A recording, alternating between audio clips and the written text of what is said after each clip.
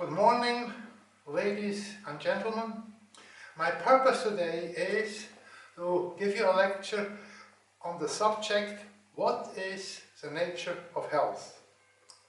The first question comes, what inspired me to work on this subject? I can tell you the last 6 years of my professional life, I was a dean at the medical faculty, so I could see medicine from very different points of view. And interestingly, I saw then that the evolution of medicine and of healthcare went into a direction that I could not see that it was good. I felt that it should go with time into a crisis. And therefore, when I retired, and then I decided that I should work on this subject and invited a few colleagues. We were coming together regularly and we were discussing the subject. And after 2 years, unfortunately, I had to admit that we didn't achieve anything. So I was very unhappy that I couldn't help for this actually very important problem. So what happens then, I was speaking with different colleagues and one of them came to me and they told me, listen, you must define the terms. And then I went home, I was thinking about it, and it came to my mind that health is the most important term in healthcare and health is not defined.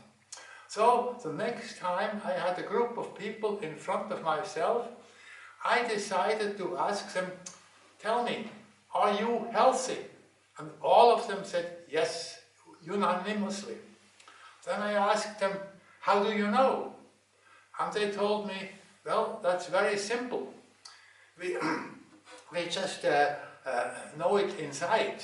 It's intuitive. Then I told them, but that's not very precise. Tell me, therefore, what is health? If you know that you're healthy, you should be able to tell me what health is. And unfortunately, they couldn't answer.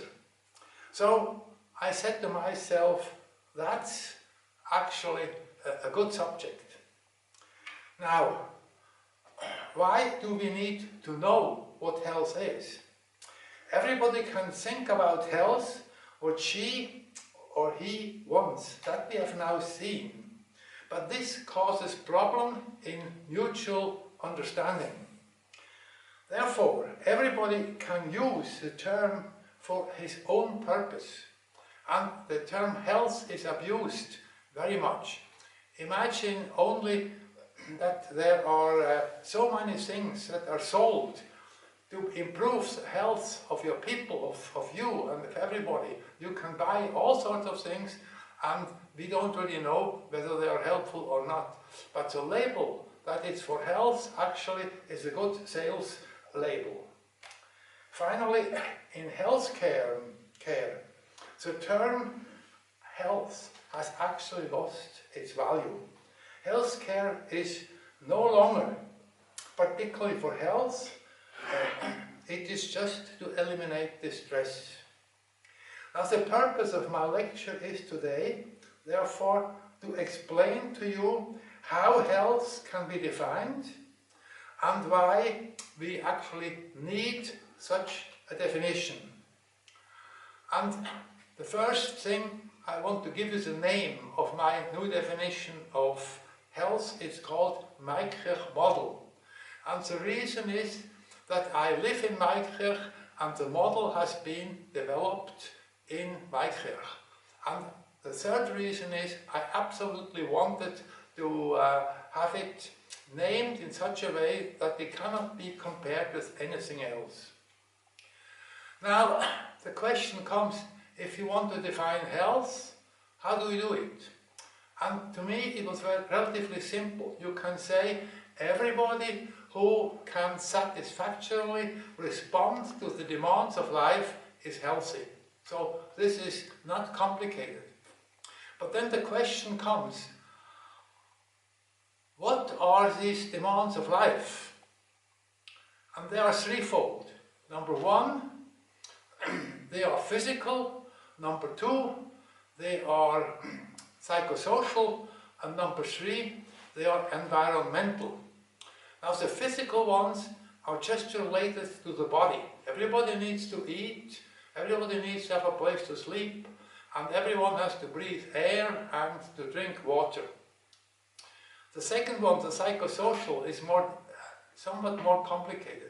But nobody lives alone. Everybody lives within a society and receives a lot from the society, but also has to give to the society. And how a person relates to the society is very important.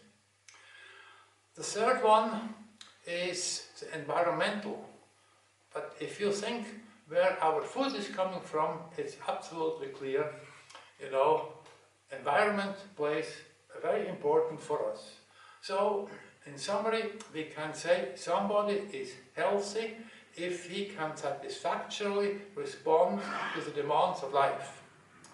The next question comes then, which are the resources that we use to respond to the demands of life? And these resources are actually twofold. We have what I need to say first is that the resources, we need them not only now, we need them also in the future and even in the far future. And this means that we actually had to give it a specific name for that, and that's why we call these resources potentials. And these potentials, they are twofold. One is biologically given, and the other is personally acquired.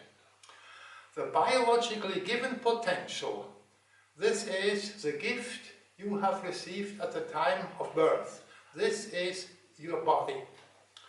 And then it grows up and develops, and then it has to serve you for the rest of your life, and at the time of death it is zero. Therefore, this potential actually decreases continuously throughout life until death. The second potential is the personally acquired potential. And this is everything you have learned, you have achieved, everything you have made out of yourself.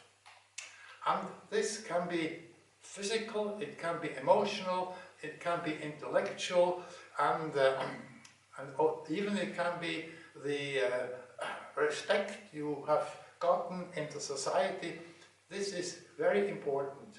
And its importance for health is particularly because the personally acquired potential probably makes for 60, 70 or 80% of health.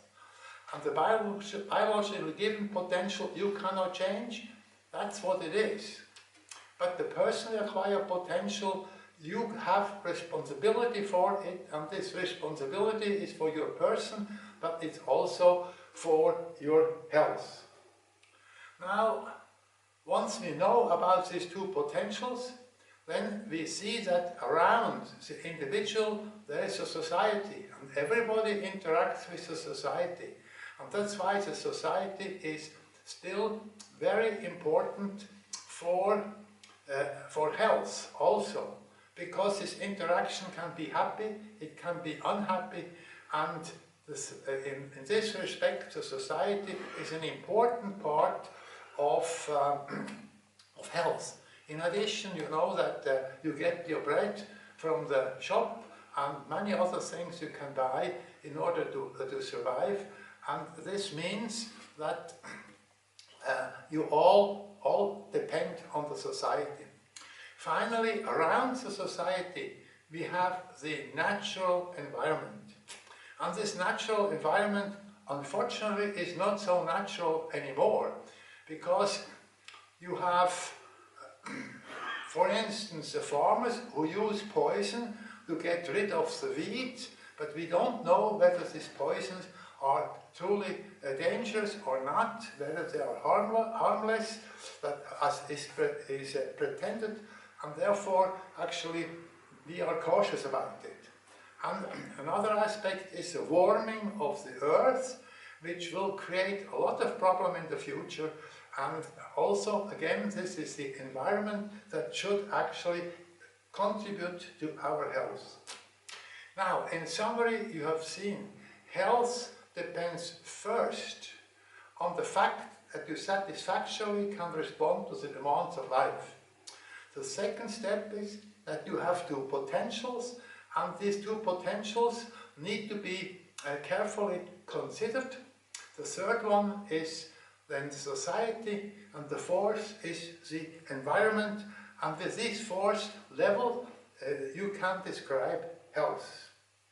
Now that I have explained the Meikirch model to you, the question comes, how does this model help you? And there are several points I like to make. First of all, the Meikirch model gives now a possibility for logical argumentation about health. You have seen in the beginning that nobody can say what health is. Now you can discuss about all these aspects. Discuss whether the demands are too high, demands of life are too high, or whether the society is too demanding, whether one or the other potential is not sufficiently developed, and all these things can now be discussed, whereas before health was just a complex that could not be looked at in detail. Second is, knowing the nature of health is motivating. That's a very interesting point. It's motivating because the personally acquired potential is your responsibility. You can do something about it. Health is not a fate. Obviously, there is some fate in it, but not so much. 60, 70, 80% of the health is what you make out of your biologically given potential and what you make out of your personality. And therefore, that you know that you have all these possibilities is quite motivating. Now, how do you know what you have to do? This is actually the teaching of public health that exists in most every country and most everywhere. At least the World Health Organization does a lot of this. You have teaching for the biologically given potential. There, you need to know how you can maintain your health, for instance, with good nutrition, with enough physical activity. Some people say one should walk every day 10,000 steps, so you can buy a step meter and can count your steps and can then get upset if you don't do enough. There's all sorts of things one can do. But hygiene is also very important, and then the vaccinations. And in most WHO, the World Health Organization, very carefully watches which type of vaccination is needed and can do good, and therefore it's recommended. Now, for the personally acquired potential, you also can do a lot. Children need a loving and caring family life. This is very important for growing up. And then, they need a good atmosphere in school. This is something the society can do. But then the adults need to assume responsibility for themselves, and this actually grows progressively through childhood. And then the question comes, how should you develop yourself? What can you do? To me, the most important thing is lifelong learning. But some things are difficult to learn, and then there are techniques such as mindfulness meditation, which is now quite established. Or if you want to have very good relationship with other people, then you can learn non-violent communication, and there are all sorts of things one can do. So you see, the personally acquired potential has a lot of tools with which he can work. Finally, the next point is healthcare. Healthcare is very interesting. It's here to eliminate the stress, but it doesn't do much for the people to remain healthy. Imagine a patient is here with high blood pressure. The physician describes him the correct medicine. He checks whether the medicine works with the second and the third visit, and then he lets the patient go. And after 6 months, the patient thinks, well, perhaps I could do without. He stops the pills, and then the blood pressure rises high up, but the patient doesn't feel it, because the blood pressure you cannot feel.